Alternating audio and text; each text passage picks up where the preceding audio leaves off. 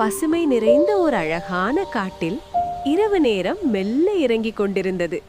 அழகான மரங்கள், குளுமையான காற்று, அதன் நடுவே ஜொலிக்கும் சிறிய தீபங்களைப் போல மின்மினி பூச்சிகள் பறந்து கொண்டிருந்தன.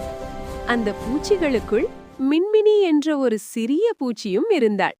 ஆனால் அவளது ஒளி மற்றவர்களைப் போல பிரகாசமாக இல்லை. சிறிது மங்கலான ஒளியா மட்டும், ஆனால் மனசு நிறைய கனவுகளோடு இருந்தாள்.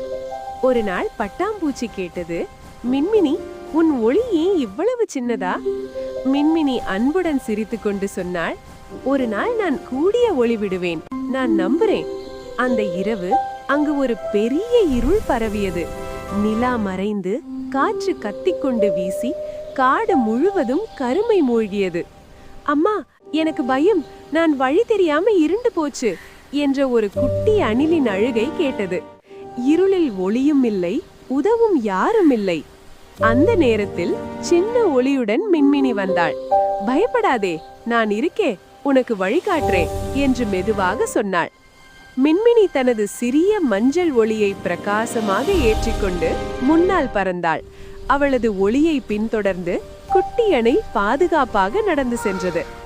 இறுதியில் அணிலின் குடும்பத்தை சென்றடைந்ததும் அனைவரும் மின்மினியை பார்த்து மகிழ்ச்சியுடன் கூறினர், நன்றி மின்மினி, உன் ஒளி எங்களை காப்பாற்றியது. அந்த நன்றி கண்ணீரை பார்த்த மின்மினியின் மனசு மகிழ்ச்சியால் நிரம்பியது. அவள் உள்ளத்திலிருந்த அந்த நன்மை ஒரு மாயம் செய்தது. பூம்! அவளின் ஒளி திடீரென பெரிய நட்சத்திரம் போல பிரகாசித்தது.